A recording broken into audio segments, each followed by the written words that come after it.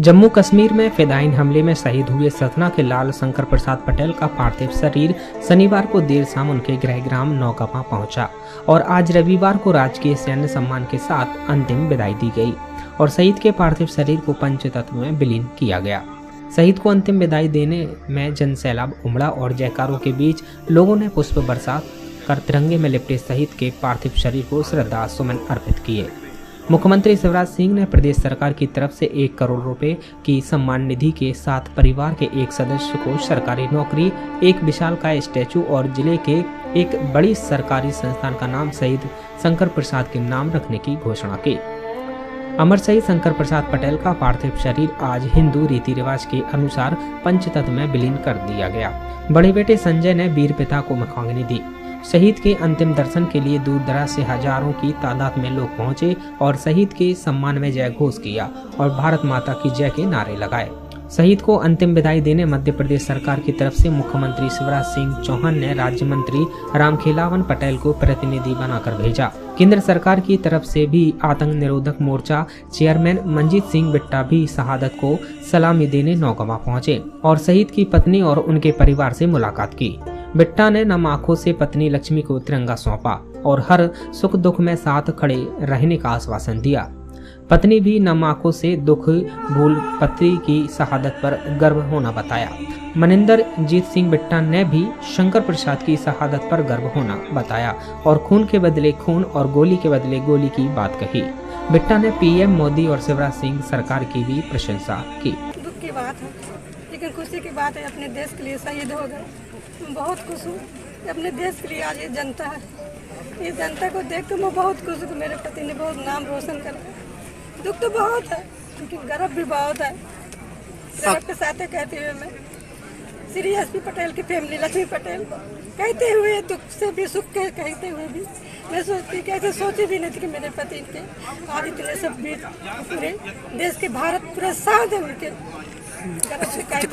आखिरी बात कब आपसे बात हुई थी? मुझे शाम को हुई 6 बजे। अच्छा रात में ये घटना सुबह हुई, मुझे तो पता नहीं कितने बजे हुई।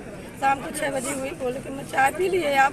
मैंने बोला नहीं पी, गर्मी बहुत लग रही। बोले पी लो। नहीं तो बाद में पीऊँगी। मैंने बोली ठीक है मैं चाय पी लेता हूँ। इतना बोले बाद में बात करूँ। उसके बाद मेरे से कोई बात नहीं हुई। अच्छा आखिरी जो कोई ख्वाहिश रही हो जो न पूरी हो पाई रही हो, ऐसा कुछ? ख्वाहिश यही है मेरे बेटे की शादी।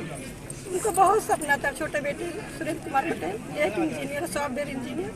उनकी शादी के लिए उनका बहुत तमन्ना था कि शादी कर लो। दोनों बेटे खुशियाँ होती है। उसके बाद सामने संस्कार निश्चित रूप से हमारे देश के लिए एएसआई शंकर प्रसाद पटेल जी शहीद हुए हैं, वीरगति को प्राप्त हुए हैं। निश्चित से इस समय में उनके परिवार में कठिन दुख का समय आया है, पर ऐसे शंकर प्रसाद पटेल जैसे वीर बहादुर जो शहादत होते हैं उनके कारण आज देश सुरक्षित है, देश के लोग सुरक्षित हैं, सीमा सुरक्षित है और आज उनके शहादत से देश को, प्रदेश को और ज़िले को निश्चित रूप से अपूर्णीय क्षति हुई है जिसको पूर्ण करना कठिन है। मैं देश की ओर से, प्रदेश की सरकार की ओर से, प्रदेश के माननीय मुख्यमंत्री की ओर से, अपनी ओर से उनके चरणों में श्रद्धा सुमन अर्पित करता हूं और निश्चित रूप से हमारे प्रदेश के यशस्वी मुख्यमंत्री जी ने घोषणा की है, हमको भेजा है कि उनके सम्मान में 1 करोड़ रुपए और उनके परिवार के एक सदस्य को अनुकंपा नियुक्ति देने का काम होगा। लोकल स्तर पर हर शहीदों के नाम वहाँ के कॉलेज, स्कूल, वहाँ एक शहीद स्मारक बनाने का काम होता है, इनके नाम से भी बनाया जाएगा।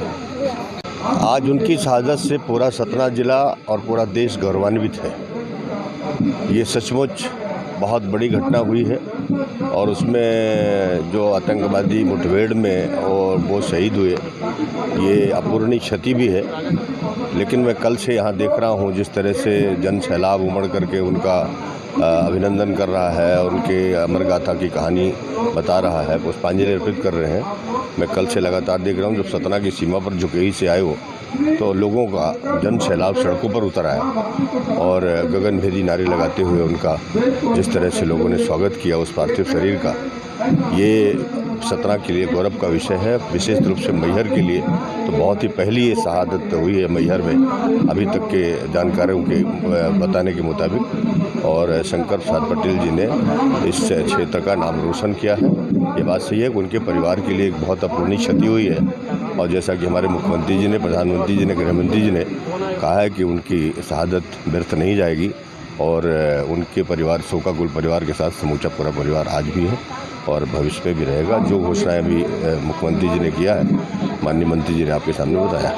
धन्यवाद। 370 धारा हटने के बाद आतंकवाद पे बहुत बड़ा कंट्रोल हुआ है पुलवामा की घटना के बाद, पर आतंकवादी पाकिस्तान से अपनी हरकतों से बाज नहीं आते। जितनी देर तक आतंकवाद समाप्त नहीं होता, गोली का जवाब गोली दिया जाएगा। मुझे आज फख्र है, उनकी पत्नी सामने बैठी है।